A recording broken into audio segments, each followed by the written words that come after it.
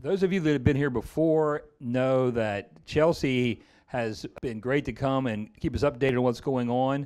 So with that, I will turn it over to Chelsea Ruby, Secretary of Tourism for West Virginia. Thanks, Don. Thank you. Fortunately, I talk to a lot of you on a regular basis, so I feel like a lot of you know what we're doing, and some of this will be repetitive. But did just want to start by a huge thank you. I am a huge fan of both the Press Association and newspapers, both on the editorial side, but also on the advertising side. So we partner with you all on all of those things, appreciate the great work that you do. My job is to be kind of the chief storyteller for the state, and I couldn't do that without each and every one of you. So I just want to start out by talking a little bit about the overall numbers.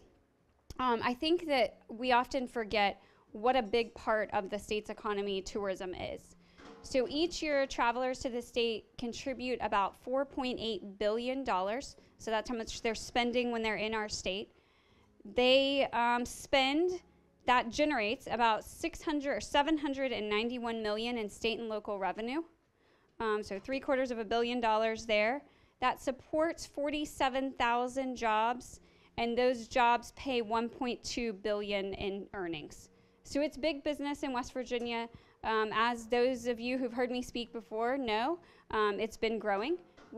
Coming up to the pandemic, we're one of the fastest growing tourism destinations in the country. We were outpacing the national rate of growth by about 58%. Things were going great. And then the pandemic came. And as you all know, tourism was one of the hardest hit industries. So we all saw the empty cruise ships on the news, the empty airports, all those terrible images. But I'm betting none of you saw that here in West Virginia, because we had a little bit of a different story. We paused when we needed to, but our great outdoors were always open.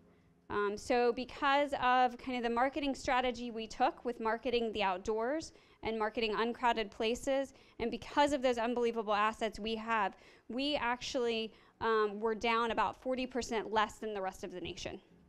So things have gone really, really well for us into the recovery. I'm happy to report that just this week, I looked at the lodging receipts for the month of June, and we were ahead of June 2019. So we are officially back, and we are outpacing where we were. So thrilled to see that. It was really interesting in West Virginia. We had things that all went up. We had things that actually did better in the pandemic. So last year, we saw a 26% increase in whitewater, 30% increase in visitation to the national park, 46% increase in Hatfield-McCoy trail permits, 37% increase in skier visits.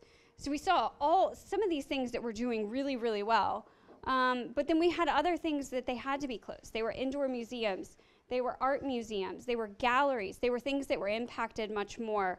But like I said, I'm happy to report that for the most part, everything is back and outpacing the pre-COVID times. One interesting area of growth we've had is vacation rentals. So in the last 2 years, we've more than doubled the number of vacation rentals in the state of West Virginia. 2 years ago, the legislature passed a bill to start getting the sales tax off of those vacation rentals. And since then, we have brought in more than $10 million in new tax revenue dollars. So those were dollars that didn't exist in the state's economy before. They're now coming in, and as of January of this year, the Convention and Visitors Bureaus are getting their portion, and the counties on the occupancy tax. So we're excited to see that coming in. That is an increase in every single county. Every single county has money from that, but it's something we're really excited about. So where are we today? Today, I think the future is really bright. Like I said, our numbers are all growing again. But I would tell you that I think tourism in West Virginia has a brighter future than it's ever had before. And there's 3 reasons that I really believe that. The first one is we are competitively funded, and our quality is up to a national level now. So when I came in about 5 years ago, we were grossly underfunded. We could not compete with the other states. One of the first things we did is tried to figure out, why is our tourism revenue declining when other states are all growing? And we looked and did a lot of research and found people didn't know who we were. We weren't on their list of places to visit. When they made a list of places they wanted to go in the US, they didn't even think about us. It wasn't that they didn't like us or they had negative opinions, they just didn't think about us. So we've reversed that. Thanks to the governor and the legislature, the budget for the tourism department was tripled. We've been elevated to a cabinet level position. And I would argue that there's nothing that has more unilateral support in the state of West Virginia right now than tourism. Every single legislator, every single county commissioner, every mayor, every town council, it feels like each and every one of them is excited about tourism and trying to figure out what they can do to be a part of it. So that's the first thing, is that we're competitive again. We are up there, we are on the national stage. The quality is winning awards. I'll be leaving tomorrow to go to Michigan. We're up for best PR in the nation across all the tourism offices. So we're excited about that. But then the second thing is we're kind of becoming an it destination. So this year for 2022, we were recognized by Lonely Planet as their top travel region. So there weren't even any other states. We were number 2 behind Iceland. I told the governor I was okay being number 2 in the world behind Iceland. Condé Nast said we were one of the best places to go for 2022. USA Today, Frommer's, Time Magazine had us on the greatest places, and we got all these major lists. There was not one other destination that even made 2 of these lists, and we made the top 6 lists.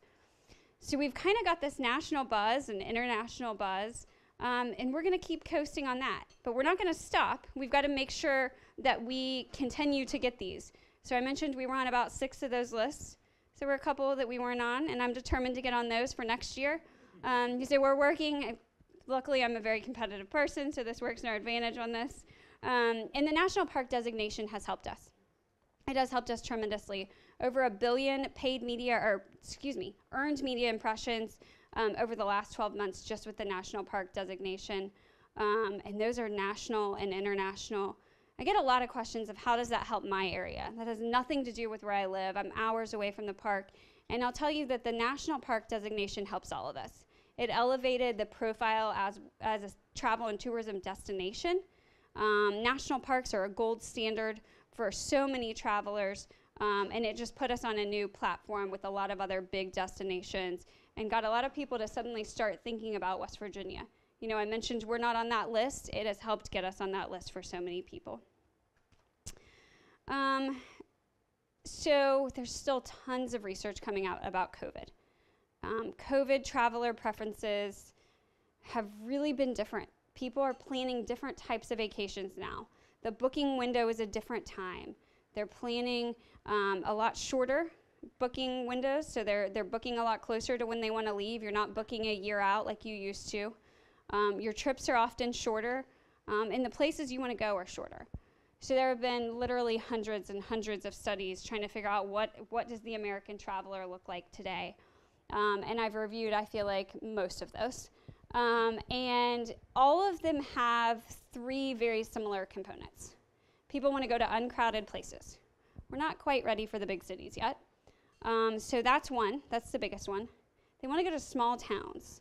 They want to live like a local. They want to go into a small community and be a part of that community for a weekend. And they want outdoor recreation. And all of those things are exactly what we were selling before the pandemic and that we continue to sell. So I remember at one point during the pandemic being on a call with all the state tourism directors from the other states, and we were going through a number of things like, do you wear masks in advertising? You know, what do we do? How do we promote travel when the world is telling us not to travel? And so many people were looking at new strategies, and I saw Pat back there. Pat can tell you we picked back up the same creative that we had before the pandemic and hit go, because our message didn't have to change. We're still selling those same things, and it has continued to perform really, really well for us. We'll always make adjustments. We make adjustments every day, but overall our messaging is the same exact thing. So I just want to end with a couple things. If anyone in this room is ever looking for a story, please call me. I will always give you a story. We have tons of stories. We always have things. A couple things that have been exciting this summer, the waterfall trail. If you haven't done it, I would think I just recruited Steven. Yep, I'm on it. He's on it. He hasn't done it. Has anyone in here done it? Really, guys? All right. John, this needs to be an assignment for everybody. So we need to send it out. Well, you can even do it when you're here in Charleston. There's one over at Where did I just tell you the one in Charleston is?